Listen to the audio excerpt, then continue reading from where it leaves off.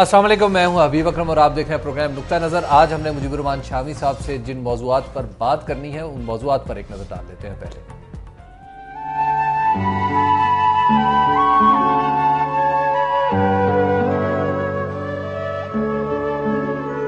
پاکستان میں لاپتہ افراد کی بازیابی اور ملک کے بعض حصوں سے پراسرار طور پر لاپتہ ہونے والے افراد کے بارے میں حقائق کا جائزہ لینے کے لیے اقوام متحدہ کا 4 رکنی وفد پاکستان پہنچ گیا ہے۔ یہ وفد پاکستان میں متاثرہ خاندانوں کے علاوہ وزیر داخلہ، فارن آفس اور دیگر اعلیٰ عہدیداروں سے ملاقات کرے گا اور ان کی رپورٹ اقوام متحدہ کی انسانی حقوق کی کونسل میں پیش کرے گا۔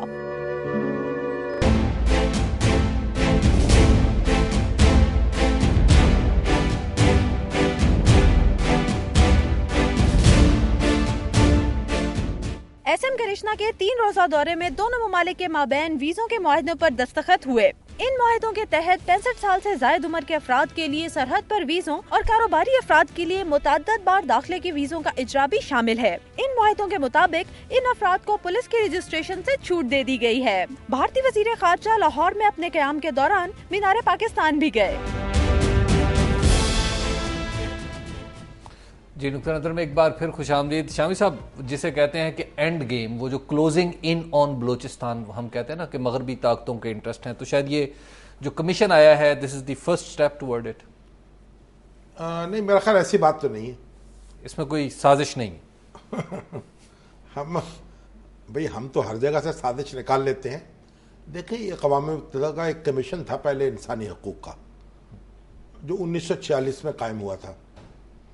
اس کے بعد یہ میرے خیال 5-6 سال پہلے اس کمیشن کو ایک کونسل بنا دی گئی باقاعدہ، تو کئی ارکان اس کے ممبر ہیں، 50 سے زائد ارکان اس کے ممبر ہیں، اور اس کے مختلف ورکنگ گروپس ہیں جو مختلف معاملات پر غور کرتے ہیں اور رپورٹیں پیش کرتے ہیں، جائزہ لیتے ہیں ان کا۔ تو ایک ان کا ورکنگ گروپ ہے، وہ جو لاپتہ افراد ہے، دنیا میں بہت سے لوگ ایسے ہیں جو لاپتہ ہو جاتے ہیں، کئی ممالک میں یہ صورتحال ہے، ان کے بارے میں جو شکایات آتی ہیں وہ ان کے حوالے سے رپورٹ مرتب کرتا ہے۔ کیا انڈیویجول شکایات پہ بھی یہ ریاکٹ کرتا ہے؟ ہاں، انڈیویجول، اس کا ایک آپ اگر ویب سائٹ دیکھ لیں تو ایک فارم اویلیبل ہے، وہ آپ انڈیویجولی بھی کر سکتے ہیں، جو لواحقین ہیں ان کے، ٹھیک ہے، رشتہ دار جو ہیں وہ کر سکتے ہیں، ہر شخص نہیں کر سکتا، یا وہ آرگنائزیشنز یا این جی اوز کر سکتی ہیں جو پھر لواحقین سے رضامندی لے لیں۔ یعنی یہ بڑی شرط ہے بنیادی، جس کے رشتہ دار، جس کے عزیز، جس کے والد، جس کے بھائی، جس کے شوہر غائب ہوئے ہیں، اس کی اجازت ضروری ہے۔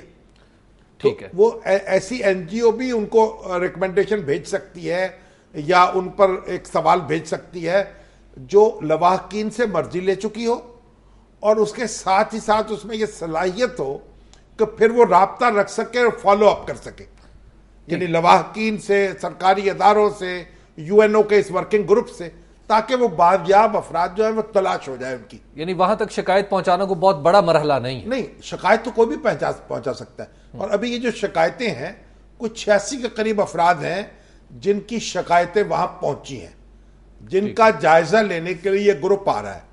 تو جب اس کا اجلاس ہوا تھا میرا خیال ستمبر ہی کے مہینے میں، تو انہوں نے، پاکستان کی حکومت نے کہا کہ آپ آ جائیے ہمارے یہاں۔ حکومت نے ہاں کہا؟ جی، جنیوا میں۔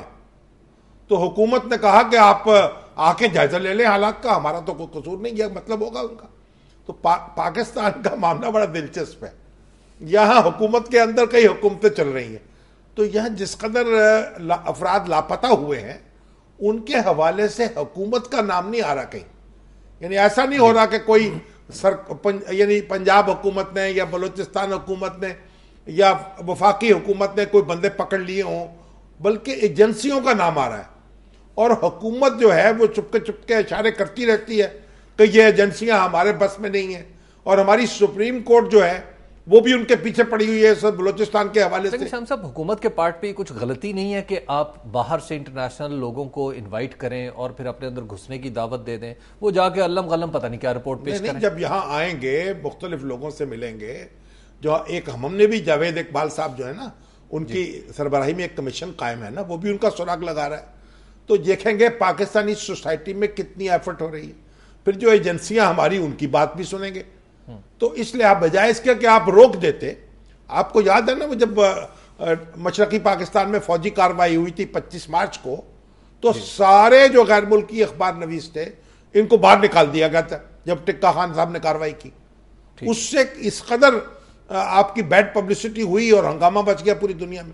تو اب یہ ہے کہ بجائے اس کے کہ آپ لوگوں کو روکیں کہ ہم آنے نہیں دیں گے, یہ ہماری سوورنٹی کا سوال ہے, تو سوورنٹی کا سوال تو نہ رہا نا جب یہ ورکنگ گروپ جو ہے وہ جائزہ لیتا ہے اور وہ کارروائی کرتا ہے.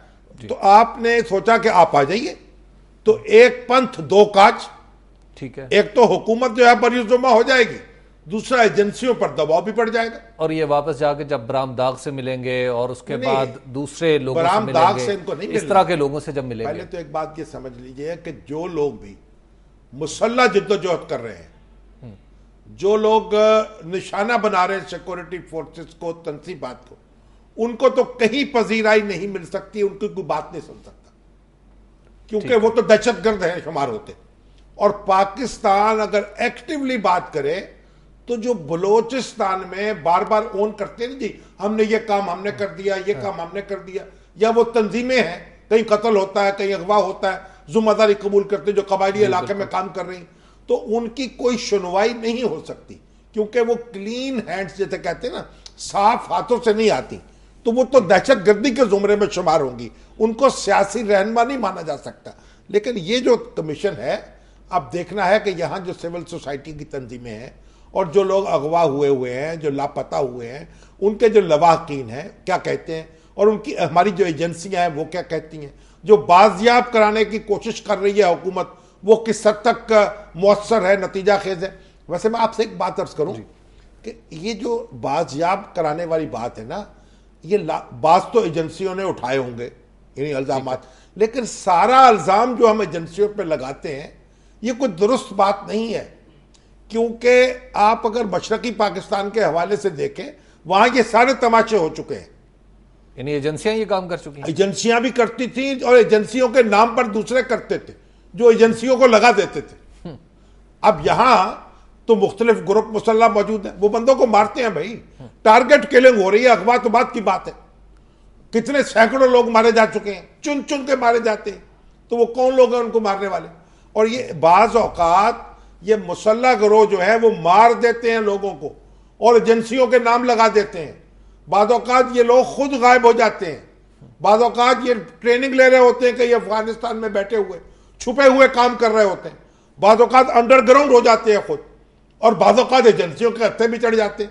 تو ہم آنکھیں بند کر کے یہ بات نہیں کہہ سکتے کہ جتنے بھی افراد لاپتہ ہوئے ہیں وہ لازماً ایجنسیوں نے اٹھائے ہیں. شامی صاحب, محترمہ بے نظیر بھٹو کے کیس کی تفتیش کے لیے بھی ہم نے اسکاٹ لینڈ یارڈ, پھر یونائٹڈ نیشن, اور اب پھر ہم یونائٹڈ نیشن پہ گئے ہیں. ہم تو نہیں گئے نا, مطلب یونائٹڈ نیشن ادھر آ گئی. نہیں یونائٹڈ, تو آپ ہمیں یہ سمجھنا چاہیے, ابھی تو ہمارے ہاں تو ایک ہمارے دوستوں نے سرخیاں لگا دی کہ اقوام متحدہ کا کمیشن آ گیا, اور ہمارے جو حتی سپریم کورٹ میں یہ بات کہیں بھئی وہ آ گیا تو پھر کیا ہوگا. شام صاحب ایک بریک لے لیتے ہیں, بریک کے بعد ہم گفتگو یہیں سے آگے بڑھائیں گے, آپ دیکھتے رہیے نقطہ نظر.